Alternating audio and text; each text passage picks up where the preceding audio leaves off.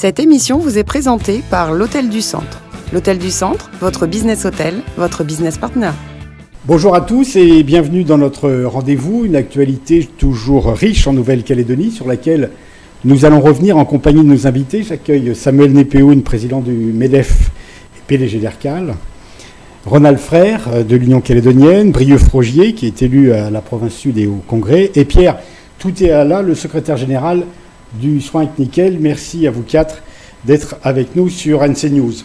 Bonjour. Très longue séance hier au Congrès, 6 heures de discussion autour du dossier de la reprise de Vallée.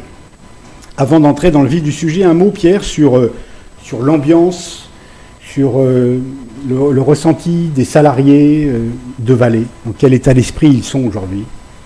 Là, dans un premier temps, je tenais à remercier NC News pour l'invitation. Ce qu'on peut remarquer en tous les cas au niveau de notre organisation, ça a été une rencontre un peu folklorique, j'ai envie de dire ça. En début de séance, c'était un peu, j'ai envie de dire, tendu, on le voit dans les nouvelles ce matin. Donc, en tous les cas, nous, on prend note, on a eu l'occasion de rencontrer les différents intervenants, à part BIMS.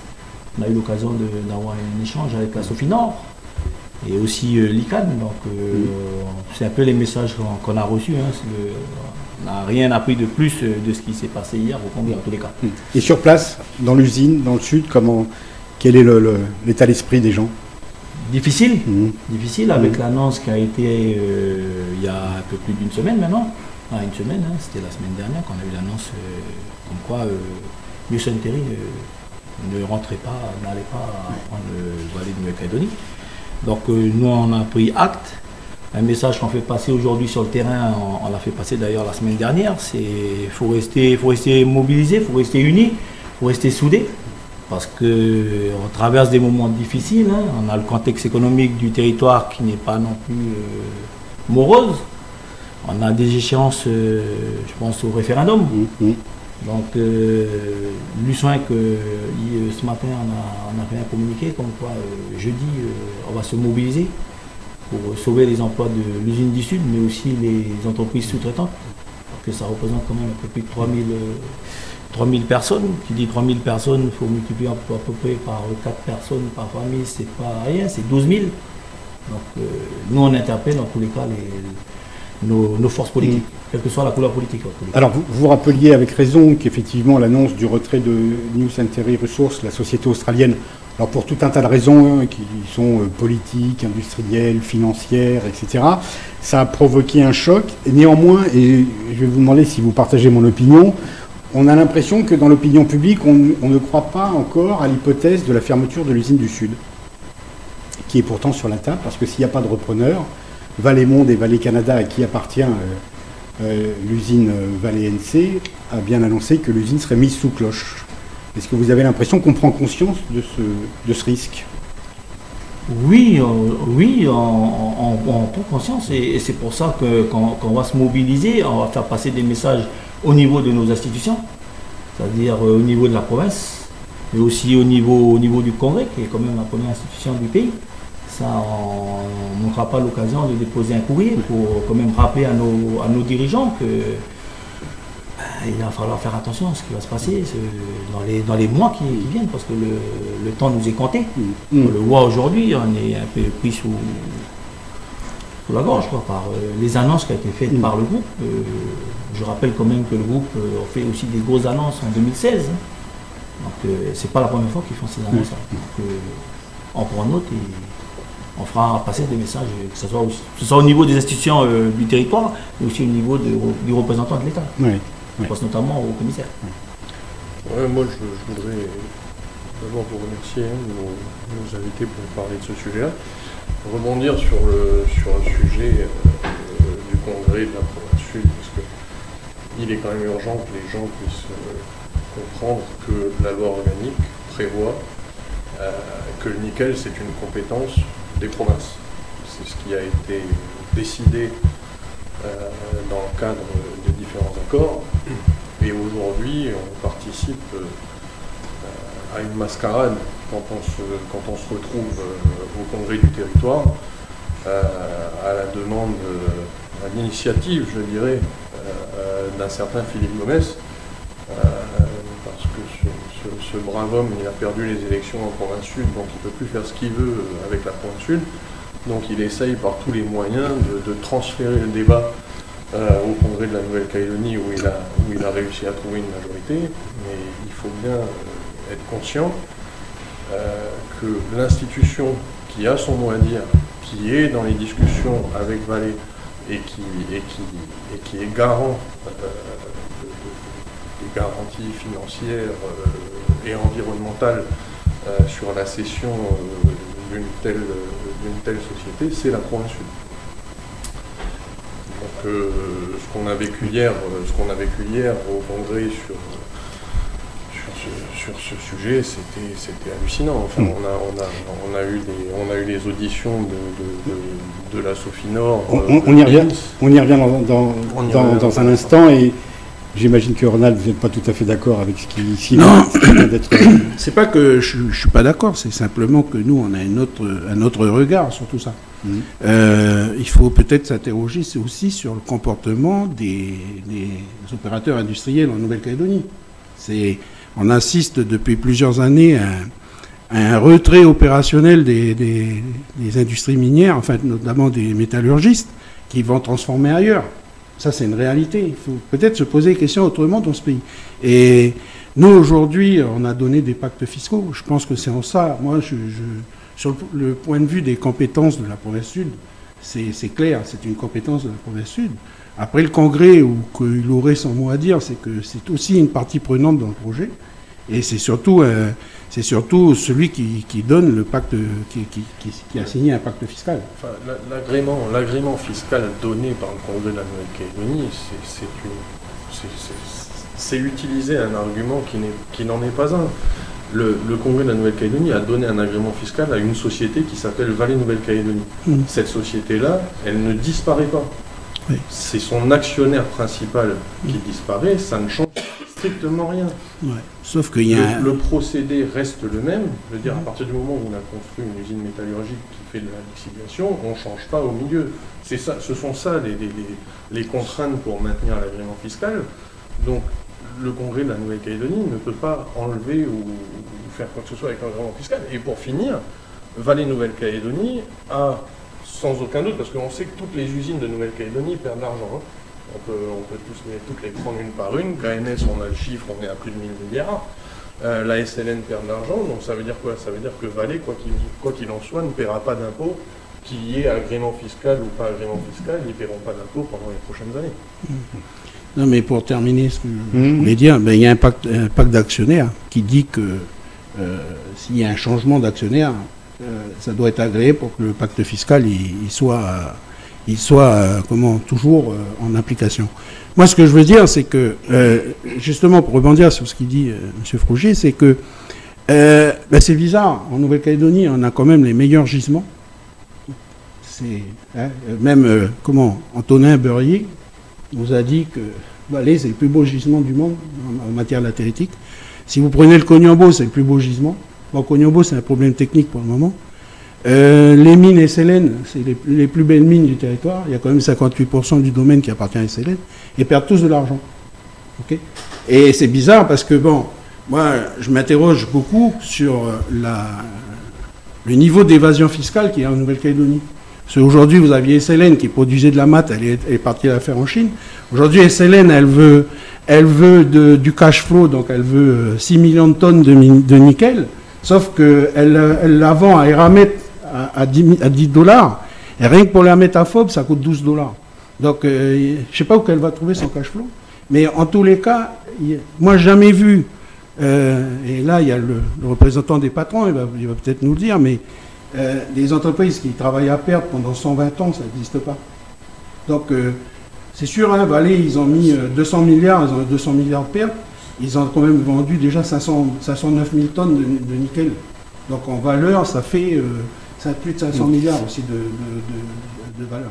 Donc, aujourd'hui, ce qu'il faut, c'est peut-être s'interroger sur le comportement de ces multinationales. Vous avez une multinationale comme Vallée qui a un pacte fiscal, qui décide de s'en aller et qui nous met devant le fait accompli. Peut-être que c'est peut-être pas très correct. Moi, je veux bien New Resources, mais en fin de compte, on s'aperçoit que celui qui va racheter la production de Vale, in fine, c'est Vale qui va aller la produire en Chine. Donc, on se sert de la Calédonie pour prendre le minerai, on nous laisse toute la pollution, tout ce qui est... parce qu'il faut regarder aussi l'impact environnemental, et puis on va produire la valeur ajoutée ailleurs. Donc, c'est peut-être temps aussi de réfléchir sur un autre paradigme. Parce que oui, c'est d'ailleurs ce qu'a proposé Thierry Santal, président du gouvernement, puisqu'il annonce des assises du nickel d'ici la fin de l'année pour justement que tout le monde vienne avec ses doctrines, ses stratégies ou en tous les cas ses idées et qu'on arrive à sortir au niveau pays quelque chose qui tienne un peu la route. Mais tout à l'heure on a parlé de l'inquiétude des salariés. Les patrons, ils en pensent quoi de cette situation, Samuel? Donc c'est effectivement, je voudrais justement réagir par rapport à ça, parce que c'était le début de la question, la première question, c'était l'inquiétude des salariés.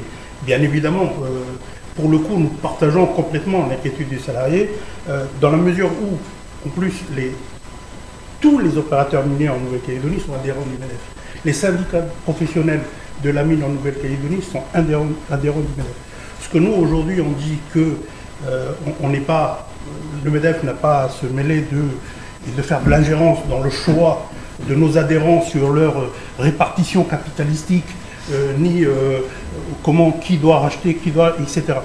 Nous, on interpelle simplement pour dire, et on appelle à de la responsabilité, de tous les acteurs, parce que je reviens à ce que monsieur a dit tout à l'heure, la manière dont on traite ce dossier en ce moment, ça a l'air très cacophonique.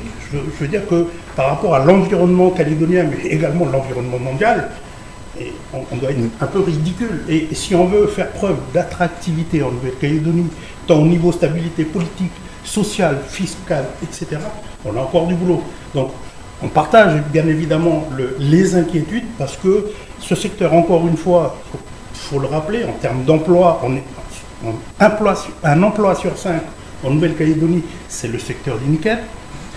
Le secteur a connu, il y a un an ou deux, 25 milliards chez l'un, 20 milliards chez l'autre. On raisonne en termes de dizaines de milliards de pertes par opérateur. Donc c'est un secteur qui vient de traverser, qui traverse encore, mais qui a traversé ces dernières années des difficultés financières considérables. Et aujourd'hui, on traite un dossier majeur avec le risque, effectivement, qu'il y ait un opérateur qui se retire du territoire. Le MEDEF, aujourd'hui, se positionne en un interlocuteur qui appelle à de la responsabilité de la part de tous les acteurs. Y compris et surtout, j'imagine, des politiques, parce que vous aviez aussi exprimé l'autre inquiétude avec la FINC et l'UDP dans un communiqué commun, appelant justement à ce que le dossier ne soit pas trop politisé. On appelle à ce que la plupart des dossiers soient le moins politisés possible, parce que un chef d'entreprise, il regarde au-delà du 4 octobre. Un chef d'entreprise, quand il va avoir les choses très, très concrètes, quand il va voir le banquier, quand il va négocier un financement, on est sur du 5 ans au minimum quand on est sur des investissements à moyen terme, on est sur du 15-20 ans quand on a des engagements longs en termes d'investissement, et quand on est dans des périodes difficiles comme ça, on doit rassurer les financeurs, les opérateurs de défiscalisation, etc. Parce qu'effectivement, peut-être qu'on traverse des périodes difficiles, mais malgré tout, investir, c'est pas un luxe. C'est sauvegarder les outils, sauvegarder les emplois. C'est ça le discours du MEDEF. C'est d'aller au-delà du discours politique, au-delà des postures. C'est de dire, attention, on a une économie aujourd'hui extrêmement fragile. Monsieur parlait tout à l'heure des échéances. Le Covid, on a la chance en Calédonie de ne pas se promener en masque, etc., comme ça se fait partout ailleurs. On a l'air de vivre à peu près normalement par rapport au reste du monde. On n'a pas l'air de s'en rendre compte. Malgré tout, on est encore dedans. Mais on a aussi le sentiment par rapport à votre question, est-ce que les gens s'en rendent compte qu'on a l'impression que le Covid, il est passé? Non, le Covid, on va peut-être se le prendre. Peut-être même à coup sûr, on va se le prendre. Est-ce qu'on est prêt? Et donc, dans des contextes comme celui-ci, on doit faire preuve tous de responsabilité. Moi, je souscris totalement au propos de Samuel. Le plus important aujourd'hui, c'est de sauvegarder les 3000 emplois. Il n'y a pas d'autre urgence que de sauvegarder les 3000 emplois. On n'a pas le temps aujourd'hui, pour l'idéologie politique, de savoir comment on fait pour que nos ressources soient mieux utilisées. Il faut qu'on sauve ces emplois. On n'a pas le choix. Et quand on a un communiqué du président de l'UC qui est considéré par nos interlocuteurs, par les acheteurs, comme un parti de gouvernement, quand on a un président de l'UC qui dit aux investisseurs « on ne veut pas de vous », quand on a des parlementaires, que sont Philippe Gomez et Philippe Dunoyer, qui disent « on ne veut pas de vous », quand on a Ils n'ont pas dit tout à fait ça, ils ont dit « on discutera plus tard et après le référendum ». Ça, c'était dans un deuxième temps. Ouais. Quand on a l'ICANN qui est soutenu par les partis indépendantistes pour dire on ne veut pas d'NCR, on veut que de Sofinor et Corée Zinc, eh ben c'est pas favoriser le dialogue avec des repreneurs potentiels. Et encore une fois, pour la province sud, le plus important, c'est que cette usine ne ferme pas et c'est qu'on maintienne les emplois. C'est pour cette raison-là qu'on est en discussion avec le management et les salariés de Vallée pour pouvoir trouver une solution qui les intègre dans le système de rachat, parce qu'il faut par-dessus tout que cette société ne ferme pas. Et pour finir, parce qu'on était encore hier soir en visioconférence avec Vallée, parce que je pense qu'on va arriver sur l'histoire d'un Sofinor, mais quand on discute avec Vallée et qu'on leur demande qu'est-ce qu'ils en pensent, ils nous disent l'offre Sofinor Corée Zinc n'a aucune crédibilité. Aucune crédibilité. Ça veut dire ce que ça veut dire. Donc Vallée, on ne les forcera pas à vendre à telle ou telle personne. Donc il faut arrêter en effet dans l'idéologie politique et il faut être beaucoup plus pragmatique avec comme seule perspective le sauvetage des emplois des employés de Vallée. Alors, retour un mot sur la séance d'hier au Congrès, parce qu'on a quand même appris deux choses. Et une chose importante, c'est que l'offre de la SMSP était quand même considérée, puisqu'ils étaient passés de postulants, ils sont maintenant candidats, puisqu'apparemment, c'est ce qui a été dit hier, Vallée va prendre en considération la proposition de la SMSP et de la Sofinor. Et la deuxième chose, c'est que le projet de la SMSP et de la Sofinor prévoit de rouvrir ou de recommencer la raffinerie que Vallée avait arrêtée. Alors on peut peut-être se dire que la bonne chose, c'est quand même qu'il y a un dossier sur la table. Mais il y en a 43.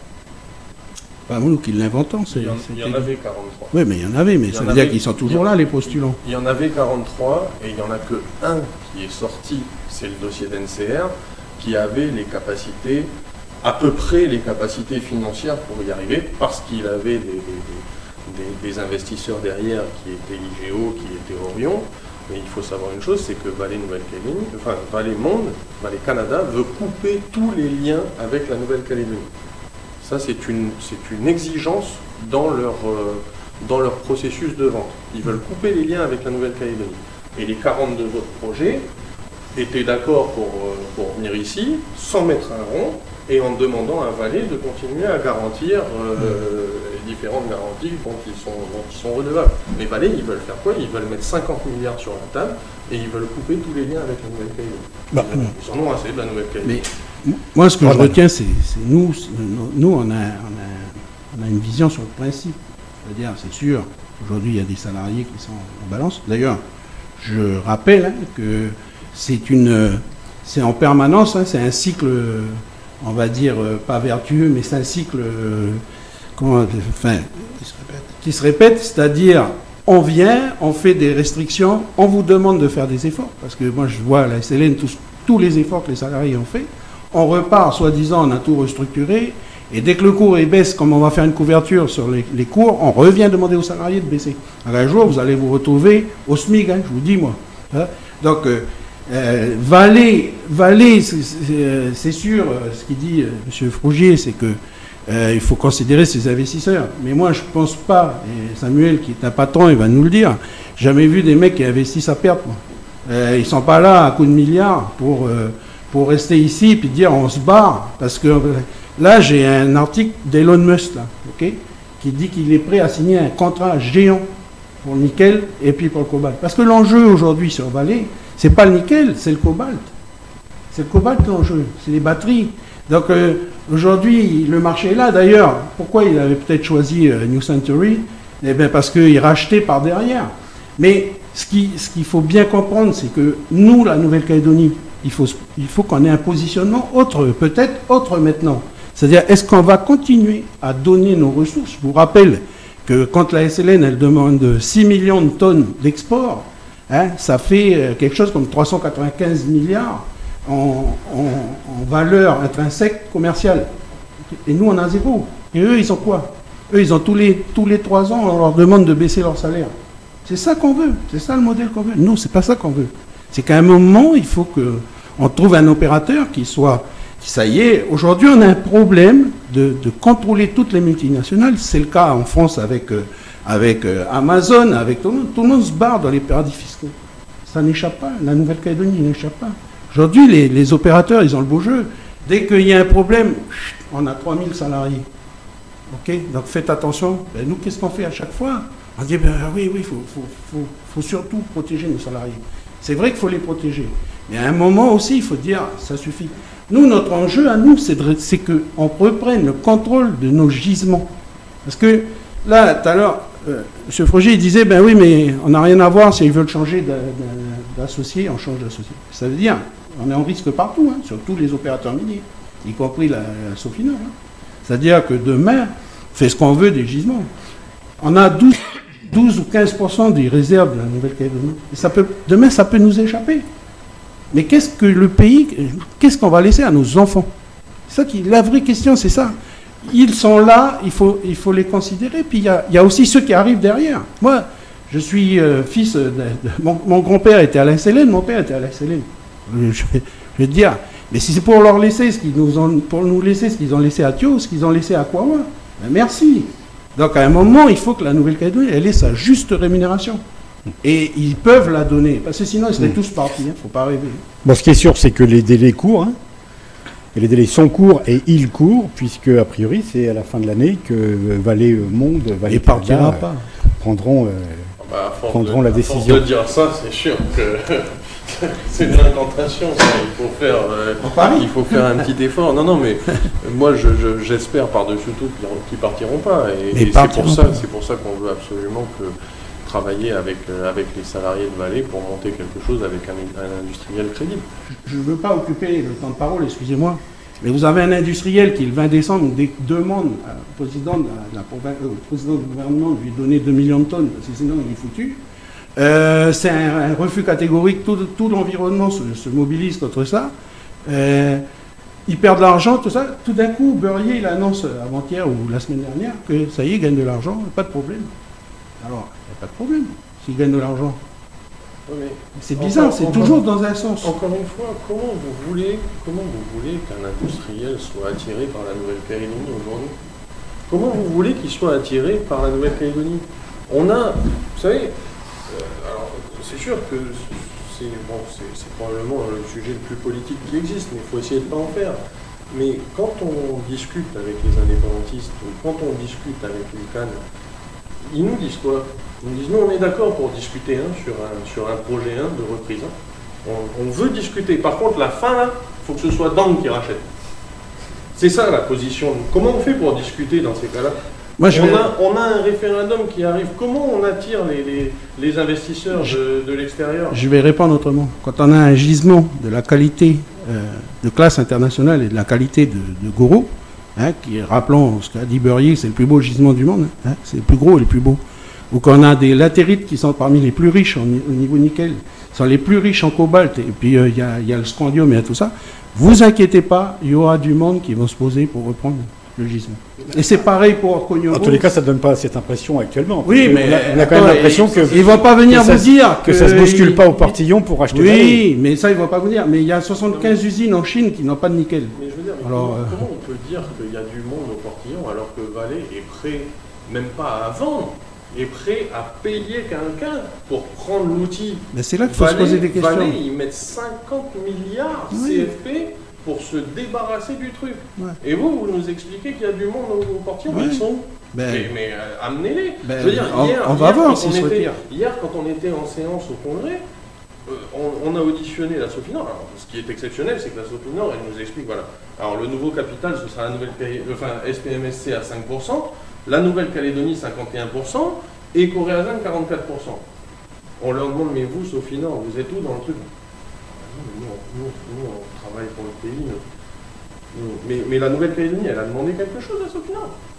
Non, c'est une proposition. Mais c'est une proposition, mais d'abord, il faut peut-être faire la démarche envers la Nouvelle-Calédonie pour savoir s'ils peuvent engager la Nouvelle-Calédonie comme ça. C'est peut-être la première chose à faire. Je veux dire, quand on prend l'exemple de l'usine du Nord, j'aime pas aller sur ce terrain-là, mais quand on prend l'exemple de l'usine du Nord, aujourd'hui, KNS a bien plus de 1000 milliards de dettes. Ouais. Quand est-ce que KNS va générer de l'argent? C'est-à-dire, quand est-ce que KNS va générer de l'argent? Aujourd'hui, KNS, il y a un problème technique. Il y a un four qui ne marche pas. Quand est-ce que KNS va générer de l'argent? Mais bon, KNS, en face, il y a un actif. C'est comme vous, quand vous achetez votre voiture, vous allez à la banque, elle coûte 5 millions, vous faites un prêt de 5 millions, vous avez la dette à équivalent d'autres actifs. D'accord, et le jour où Glencore ne paye plus, vous faites quoi avec votre actif? Ils partent avec le pognon. Mais Glencore, il a financé, hein, il est sur une dette junior là-dessus. Je veux dire, il assumera. C'est comme une entreprise qui a des difficultés. Quand elle est liquidée, ce n'est pas les Calédoniens, comme elle a dit Mme Baquès, qui vont supporter la dette de l'entreprise. Non, c'est pas eux. Mais non. Glencore, ils ne sont pas philanthropes. Je veux dire, monsieur le président du MEDEF, dites-moi si je me trompe, parce que vous avez déjà vu un actionnaire qui met 1000 milliards, je ne pense pas que vous ayez déjà vu ça, mais qui met 1000 milliards dans une entreprise et le jour où l'entreprise ferme, ils disent bon ben nous on part et puis on prend toutes les dettes avec nous, vous avez rien, on est tranquille. Ça marche comme ça. Moi je vais juste quand même. On peut faire confiance aux financiers pour ça. Voilà, je vais juste quand même interpeller ce que je regrette. J'ai vu un peu le débat qu'il y a eu au Congrès. Ce que je regrette de la part, en tous les cas, de nos responsables, quelle que soit la couleur politique, c'est à l'USIN qu'on ne fait pas de politique. À aucun moment, j'ai entendu un des responsables politiques parler à part dire qu'il faut sauver l'usine, à aucun moment on a parlé des salariés. À aucun moment on a parlé du social. Et c'est ça qu'on regrette dans tous les cas, nous, l'USIN. C'est pour ça que je dis, on se mobilise, c'est pour interpeller, parce qu'à aucun moment, quand on dit qu'on rouvre la raffinerie, j'ai posé cette question-là à Sopinan, ils étaient incapables de me répondre. J'ai dit, il y a combien d'emplois qu'on va rentrer? Parce qu'aujourd'hui, vous voulez faire redémarrer l'usine. On est 1280 salariés aujourd'hui à l'usine. Il y a combien qu'on va faire rentrer? Est-ce qu'on va refaire rentrer des salariés ou pas? À aucun moment, j'ai eu cette réponse. Et c'est ça, j'attendais des responsables politiques hier. À part parler des chiffres, ok, c'est bien les chiffres, ça va un moment. Et très souvent, c'est le constat que Lucien a fait ces 2 dernières années. À part s'occuper de l'institutionnel, nos responsables politiques, à aucun moment ils ont parlé. Ils se sont un peu, on va pas dire s'accaparer, mais sont un peu inquiétés de la vie sociale au niveau du pays en général. C'est ça qu'on regrette. Je vais juste rebondir là-dessus parce que je rejoins tout à fait vos propos. Hier, au Congrès, c'était une grande rigolade. C'était de la politique politicienne. La vraie réunion qui s'est tenue, c'était la mission d'information qui a eu lieu la semaine dernière au Congrès, où tous les groupes politiques étaient invités, où on a eu une présentation en long, en large et en travers de Antonin Beurrier avec tous les emplois et on a posé toutes les questions nécessaires, sauf qu'à cette mission d'information-là, il n'y avait pas de caméra. Et pour faire le show, c'est mieux quand il y a des caméras. Donc hier, c'était que du show, c'était de la politique politicienne, c'était rien de plus. Et c'est vrai que c'est à nous, élus, de nous en excuser auprès des Calédoniens, parce que c'était pitoyable. On va marquer une courte pause, on se retrouve dans un instant pour continuer à parler gros sous, puisqu'on va parler du prêt de l'État à la Nouvelle-Calédonie accordé à l'occasion de la crise du coronavirus. A tout de suite. Hôtel du Centre, bien plus qu'un simple hôtel.